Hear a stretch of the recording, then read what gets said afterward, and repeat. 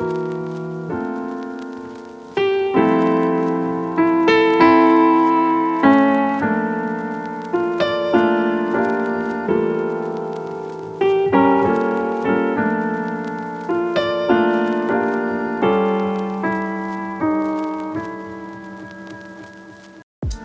guys, welcome back to my channel. Today I'm going to be telling you about the secret to never having a job. So if you've been following my website or read through my blogs, you may know my story that I went from being a broke university student to a real estate investor who owns a 7-figure business. But how did I exactly build that with no money down strat is something I never spoke about before, and I'm hoping by the end of this video some of those questions can be addressed. First of all, I was never a good student. I was smart, I was driven, but I was too independent. Bad at an exam, if I have something I understand, I wanna put my creativity into that, and I don't think school allowed me to do that. Regardless of that, I graduated from high school. I started studying engineering at the University of Johannesburg. It was while I was studying where I had this idea that I can also avoid a 9-to-5 job because my mom actually never had a job. So for her, it is not something she chose, but I thought it was cool. You know, I always told about like, hey, you never have a job, but you want me to go to school. And she's like, yeah, you must go to school and have a better future. You know, the back and forth of how those things happen. So she did that. She never had a job, and that's something that always inspired me. And I thought, hey, maybe I can build a business while I go to school. That when I finish school, I don't have to go to work for anybody because I'm too independent. I like doing things my own way, driven, you know. I think I would be a better employee. Basically, I already know in my head that I'll be a better employee to anybody I would have to work for, you know what I mean? Unless if we're working on some terms that we both agreed on, meaning that I won't work as an employee, perhaps as a contractor or something like that. So I also advise people who know that they're not set up for this employee lifestyle to don't force it, you know what I mean? Because compromising your values, also making, you know, the guy's work or whoever you're working for's work much more difficult because he's looking for people on his team that are going to be there for a long time, and he's just there for the short run or whatever. But that's a story for another day, and I think everybody else have their own opinions or ways to do with that. It became increasingly clear to me that, okay, 9-to-5 job is not for me and I can't do well in that. I didn't want to be stuck in the cubicle and taking orders from other people. But while I didn't do well in the classroom, I think something I'm always been good at is business, and I thrived in business. I started my first business, which was a clothing brand, and I quickly learned that, hey, business theory and practical stuff is not the same. Plus, when I started that business, my theory was based on assumptions and rumors, opinions. I actually didn't dig deep and find out a little bit more. I don't think I invested in myself that much. It was more of an intuition thing to say, hey, I can sell, I can do this, I know where to get that and this and that and that, and put it together. Oh, now I have a business, you know what I mean? Now I have a supply, now I have people calling me, looking for orders and things like that. So that is basically how it happened. That was a quick thing though. That was a very, very quick thing because it was just like an inspiration, and I followed it, you know what I mean? And I sort of advise people to do that. If you have like an inspiration and you feel like you're inspired to do something, sometimes you just don't sit down to it and end up feeling stuck. I would advise you to go out there and try it out and see. If it fails, it fails. You're still young. If you're old, it's fine too. We all fail. That's not vital. You at least learned a lot, and I'll show you exactly how you're going to learn from your failures by the end of this video. So if you are here and you think you failed before, this entrepreneurship doesn't work, real estate doesn't work, or whatever, I want you to watch until the end. Maybe you might learn something about how failures always work for you. So that's also something that I also learned from my journey being an entrepreneur first and also being a real estate investor, is that the journey, it's all about the journey. There's no destination. That's number one, and which is something I also covered in my previous interview with Salma State. We were discussing the ideas about that. I think you guys must check it out. Number two is that your failures can always be turned into lessons. In 2015, I started my own business, my clothing brand. I told you guys about it. What happened there was that, okay, so we started selling to friends and family. You know, I sold from my apartment. I had a few friends of mine who helped me sell. Thank you guys if you're watching this. That was so dope. We managed to start selling from friends, family, to one complex, to a few complexes around where the students were based, and now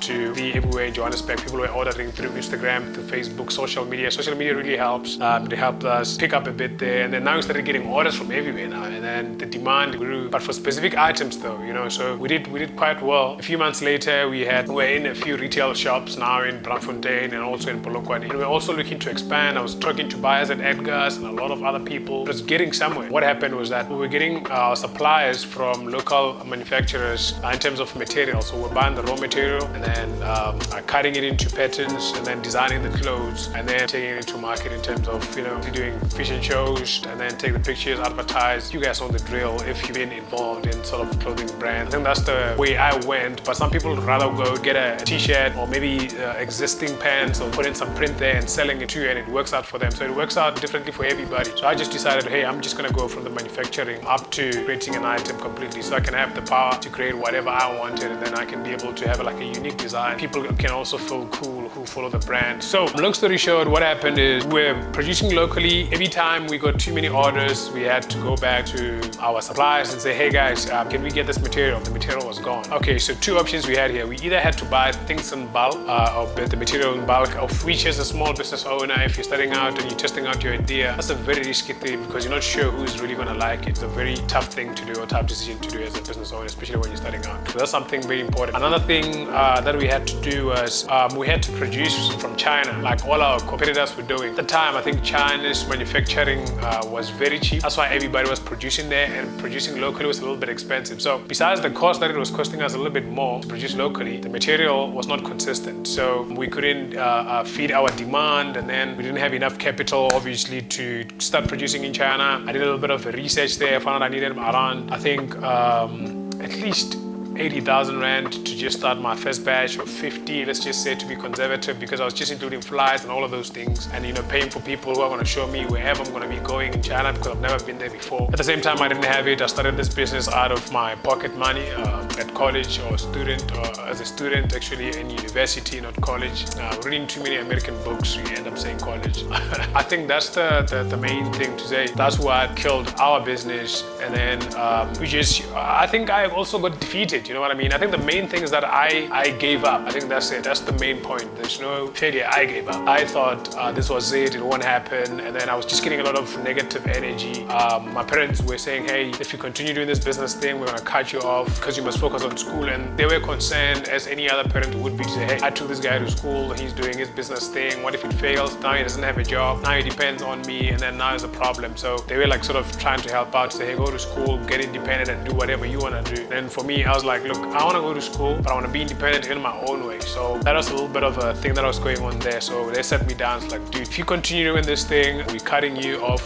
You're going to come back home to Limpopo, sit here with us, or stay here, or go to whatever, to Unisa. And I knew, I'm from Limpopo. I love my hometown, but it's a little bit slower for me in comparison to Johannesburg. And I think I prefer this side much more than Limpopo. But it has like its own advantages. I promise you, there's a lot of friends of mine who are very successful there, and everybody have their own place where they can thrive. I think you should also find a place where you can thrive. If you have to move to Durban, move to the United States, move to wherever which allows you to thrive, I think that's what you must do. Okay, fast forward, business down, and then I went back to school. I started focusing a little bit more on school, and then I thought, okay, this thing of me avoiding a 9-to-5 job is not gonna happen. What do? I go back to school, I focus, I study, I engage myself in student chapters where I can be able to engage more with a lot of students who are doing a little bit much better academically, so I can sort of rub off me the same way success rubs off you. And then I just got myself so immersed in school. I was part of the UJ Civil where we were hosting events. We had around, I think, 13 events that year. And I was talking to all these guys from all the top construction companies and all these banks, asking them, like, hey guys, so do you love what you do? If you do, are you happy with it? Besides the money, besides working on the biggest project in Africa, do you really like what you do? That was the time where the work-life balance was still a thing. I think you guys know when this work-life balance was a thing. So it was a time where the work-life balance was a thing. People really, the work-life balance thing was gonna be the main focus of life. So I was also concerned, but for me it was not about the work-life balance per se. It was more about, do you love what you do? Do you wake up feeling like, hey man, I need to go do this thing I really like. Can't wait for Monday. Not dreading for Monday, you know? So I think I got that from a lot of successful people that I've seen and I was looking up to. They seem to be enjoying what they're doing, and I was like, hey man, I think I like that. I think I like, whatever the energy they're giving me and they're putting into their work that they do. So that's why I also wanted to know exactly if they really liked what they do, they love it, then how do they balance that with their lifestyle. They have like a lifestyle friendly working environment. Are their jobs lifestyle friendly? When do you see your kids? When do you see your wife? How do you balance all of that stuff? That's what I was concerned about more, because I knew that success is easy. If I just have a plan and I follow that plan, I'll get that. But the other stuff was where I was more like concerned about. Anyway, long story short, after the business failed, I was not ready to give up. So my sister gave me a call someday. She's like, hey man, I know you're reading a Robert Kiyosaki book. There's this free event of Robert Kiyosaki in Johannesburg. I think she was working in Mokopane at the time. I'm gonna be coming to Jersey. Do you wanna come with? I'm like, hey man, come in. I jumped in on the event. We went there. I remember I was hoping to see Robert Kiyosaki. So I was reading one of his books called The Guide to Investing. Very nice book. You guys must check it out. Also, try to put a link on the video description below. And then, long story short, I go to Robert Kiyosaki. Get there. I'm excited. Robert Kiyosaki is not there. Robert Kiyosaki, where are you? Where is Robert? Robert is nowhere to be found, guys. Okay, maybe Robert is coming later on, like those pastors, you know. The pastors who come later on at church to wait for the whole congregation. 2 hours later, he didn't come. But however, I learned there that was the biggest thing was that Jay-Z, who is still my favorite rapper up to today, had a mentor. That's what I learned from that session. And guess who's Jay-Z's mentor is?